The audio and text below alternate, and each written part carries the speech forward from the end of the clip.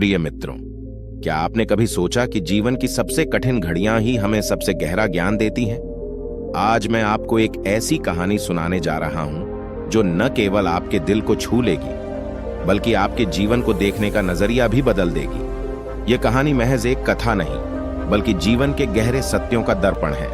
तो आइए एक प्राचीन काल की यात्रा पर चलें, जहां बुद्ध के एक शिष्य की कहानी हमें सिखाएगी कि सबसे कठिन सवालों के जवाब कैसे मिलते हैं। मित्रों, कहानी को पूरा जरूर सुने। आधा अधूरा ज्ञान कभी काम नहीं आता। और कमेंट बॉक्स में नमो बुद्धाय जरूर लिखें। तैयार हैं? तो चलिए इस जीवन बदल देने वाली कहानी को शुरू करते हैं। प्राचीन काल में एक सुदूर गांव में एक युवक रहता था जिसका नाम था अमर। उसने अपने जीवन में सफलता पाने का दृढ़ संकल्प किया था। मन में उत्साह और हृदय में आशा लिए उसने एक गुरुकुल में शिक्षा ग्रहण की। वह दिन रात मेहनत करता, गुरुओं के उपदेशों को आत्मसात करता। शिक्षा पूरी होने के बाद उसने सोचा कि अब वह अपने परिवार की जिम्मेदारियां निभाएगा, परंतु नियति को कुछ और ही मंजूर था। अमर ने नौकरी की तलाश शुरू की। वह गांव-गांव, नगर-नगर भटका, हर दरवाजे पर दस्तक दी, हर अवसर को आजमाया, पर कहीं भी उसे काम न मिला। इतनी शिक्षा, इतना परिश्रम, फिर भी हर जगह से निराशा ही हाथ लगी। मगर अमर ने गुरुकुल में केवल किताबी ज्ञान ही नहीं, बल्कि धैर्य और सहनशीलता का पाठ भी सीखा था। वह हर असफलता को मौका मानता था, का सामना हिम्मत से करता, पर धीरे धीरे उसका मन टूटने लगा।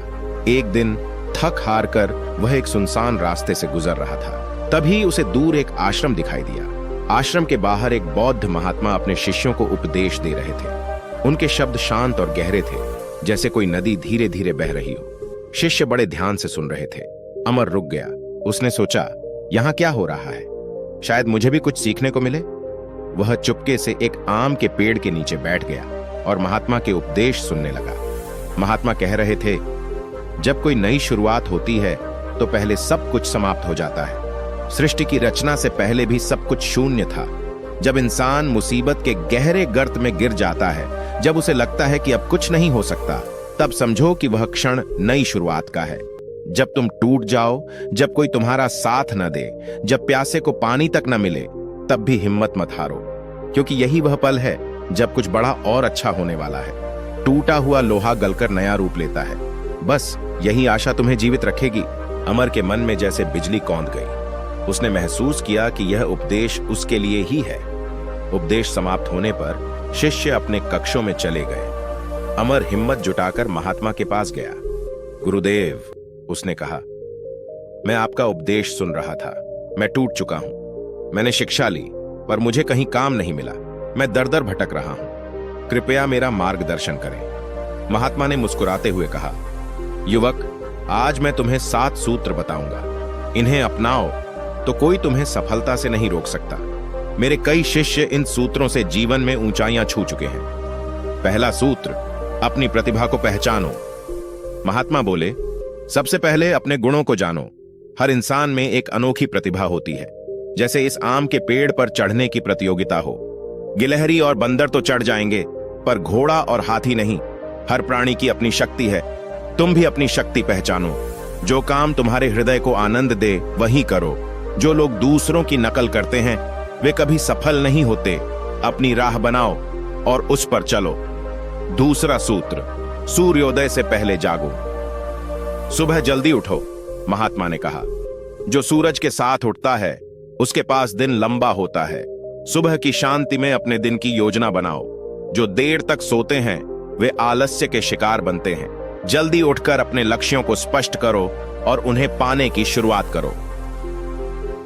तीसरा सूत्र, आकर्षण का नियम।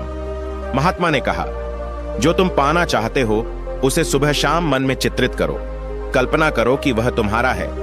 इतनी गहराई से सोचो कि वह सच लगे। इसे आकर्षण का नियम कहते हैं। ब्रह्मांड तुम्हारी इच्छा को तुम तक लाएगा। बस विश्वास बनाए रखो। चौथा सूत्र, सकारात्मक सोच। हमेशा सकारात्मक सोचो, महात्मा बोले।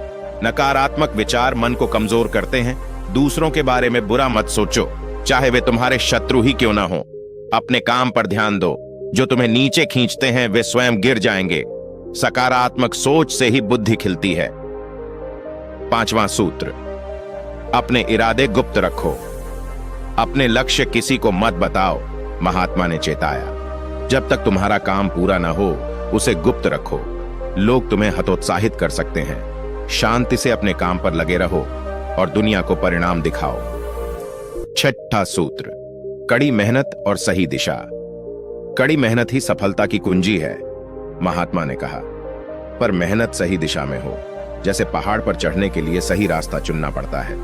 अपने लक्ष्य का रास्ता समझो, फिर पूरी शक्ति लगा दो। मेहनत और दिशा का मेल ही तुम्हें विजय दिलाएगा। 7वां सूत्र, योग और संतुलन। अंत में महात्मा बोले, अपने शरीर और मन का ख्याल रखो। योग और ध्यान करो। यह तुम्हारे आलस्य को भगाएगा और मन को एकाग्र करेगा। जब मन शांत होगा तभी तुम बड़े निर्णय ले पाओगे। योग तुम्हारी ऊर्जा को एक दिशा देगा। अमर ने महात्मा को प्रणाम किया और घर लौट आया। वह कई दिनों तक सोचता रहा कि वह किस काम में निपुण है। अंत में उसे याद आया कि वह तलवारबाजी में अद्भुत है। उसने दिन रात अभ्यास किया। उसकी मेहनत रंग लाई और उसकी ख्याति दूर दूर तक फैल गई। एक दिन पड़ोसी राज्य के राजा ने उसे अपनी सेना में बुलाया। अमर ने यह प्रस्ताव स्वीकार किया और वहां उसे मान सम्मान मिला। उसका परिवार सुखी और समृद्ध हो गया। मित्रों, यह कहानी हमें सिखाती है कि सच्ची खुशी बाहरी वैभव में नहीं बल्कि भीतर के संतोष में है। इच्छाएं अनंत हैं, पर जो पास है उसी में संतुष्ट होना ही सच्चा सुख है। संतोष ही सबसे बड़ा धन है। तो इस कहानी से आपने क्या सीखा? इसे अपने प्रियजनों के साथ शेयर जरूर करें। वीडियो को लाइक करें।